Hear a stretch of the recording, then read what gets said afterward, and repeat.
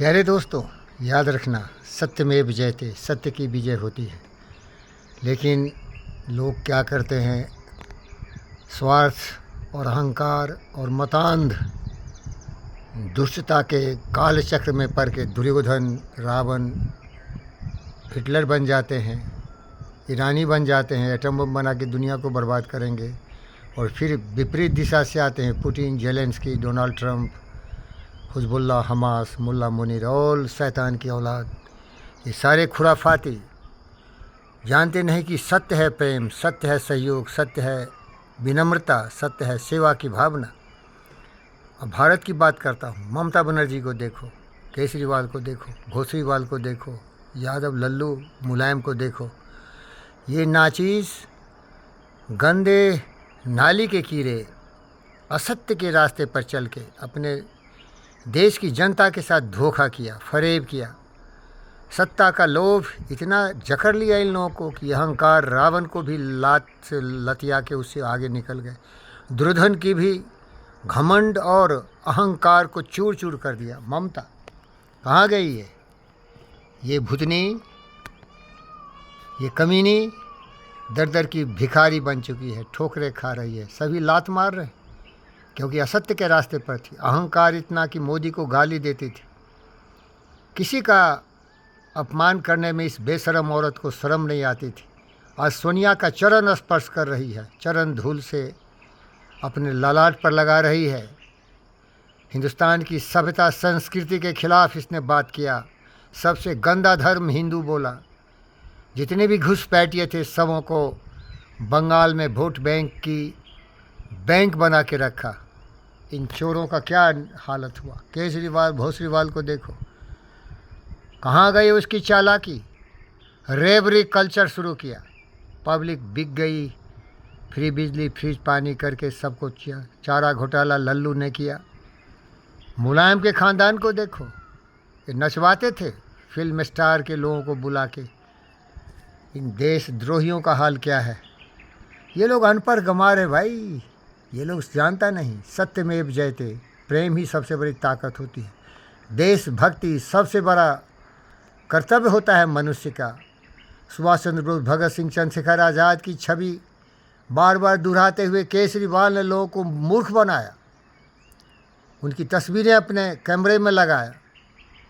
Public जागो, जागो, हम भूखे मर जाएंगे, हम शहीद बन जाएंगे भगत और चंद्रशेखर आज़ाद की तरह, लेकिन हम कभी देश के खिलाफ देशद्रोह नहीं करेंगे। ये साले कितने गंदे नाली के कीड़े हैं, राजनीति को अखाड़ा बनाया है अपने धंधे का। इसमें देशभक्तों की आवश्यकता है। ये चालाक सम्राट बनना चाहते हैं, राजकुमार बने हुए हैं। सीख लो सालों इन गद्दारों को देख के। आज की जनता समझदार हो रही है, हमारी युवा पीढ़ी समझ रही है उनकी समस्याओं का समाधान। जनसंख्या, बढ़ती हुई बेरोजगारी और शिक्षा। अरे भाई, हमारे बाल बच्चों को अगर रोज़गार नहीं है कैसे जिएंगे बोलो? मैं खुद बेरोज़गार हूँ। रोज़गारी का दर्द मालूम है। जिसके पास नहीं है पैसा उसका जग में जीवन कैसा? ये साले शीश महल बना रहे हैं, महल खड़ा कर रहे हैं, जनता को लूट रहे हैं, बेवकूफ़ बना रहे हैं, मुसलमानों को भटका के वोट बैंक की राजनीति कर रहे हैं। खुद तो राज ठाठ में ज़िंदगी जी रहे हैं। अरे राजनीति का मतलब है, मार्कस ऑरेलियस से सीखो, तुम सेवक है। भरत की तरह गद्दी पर बैठो लेकिन जनता को राम समझो। और जब राम वनवासित हुए तो भरत ने राम के खराम को सिंहासन पर बैठा के पूजा किया था। हमारी जनता पूज्य है। ये ऐसो आराम का गद्दी नहीं है भाई, ये कांटों का सेज है। भक्ति, देशभक्ति, जनभक्ति, जनशक्ति। ये फरेबी बेशर्मा, जनता जाग रही है। कहाँ गई ममता? कहाँ गया केजरीवाल? कहाँ गया लल्लू?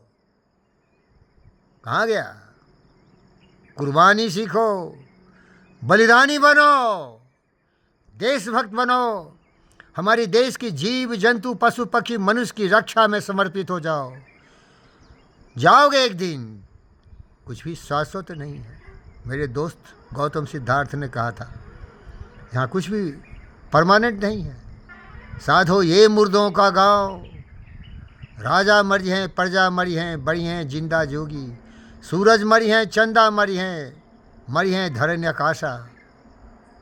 इन्हू क्या क्या आशा। नाम अनाम अनंत रहत है, दूजा तत्व न होई। नाम अनाम का मतलब सत्य। सत्य है प्रेम, सत्य है सहयोग, सत्य है कुर्बानी, वफादारी, जिम्मेदारी देश के प्रति, देश की माताओं बहनों के प्रति। अरे हम रहे न रहे, अटल बिहारी मेरे दोस्त कहते थे, ये देश रहे। सत्ताएं आती है जाती हैं, लेकिन सत्ता का सुख भोगने के लिए सत्ता का लोभी लालची गद्दारों, सत्ता में आना है तो कुर्बानी करो, देशभक्ति का मिसाल कायम करो, देशभक्त बनो। Thank you.